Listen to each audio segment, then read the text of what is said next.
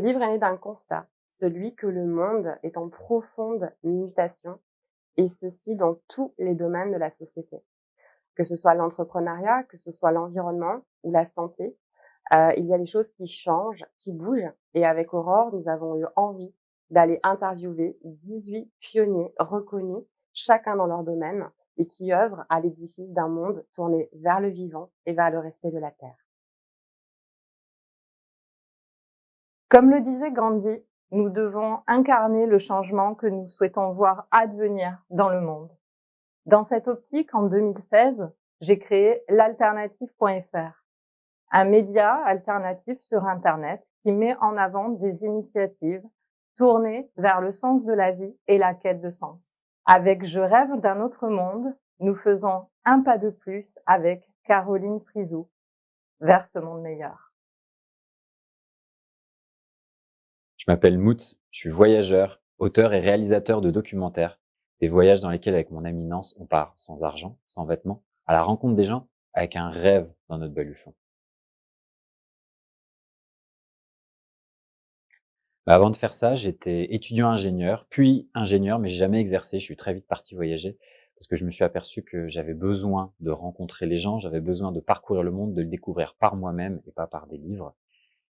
Et au bout d'un moment, c'était insupportable, donc il a fallu que je parte.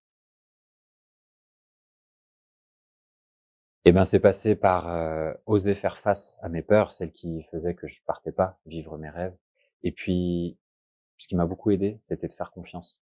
Faire confiance qu'il y aurait des gens, des situations, que je trouverais des ressources en moi pour que ça puisse se vivre pour de vrai. Je suis Laura Nathalie, aussi appelée Badass Introvertie, et je suis coach et mentor pour les entrepreneurs créatifs. J'accompagne tous les humains, en fait, à se reconnecter à leur joie, à leur enfant intérieur, et à partir de là, créer une activité qui leur ressemble vraiment. Dans ma vie d'avant, j'étais très timide et très introvertie, et je suis encore beaucoup aujourd'hui.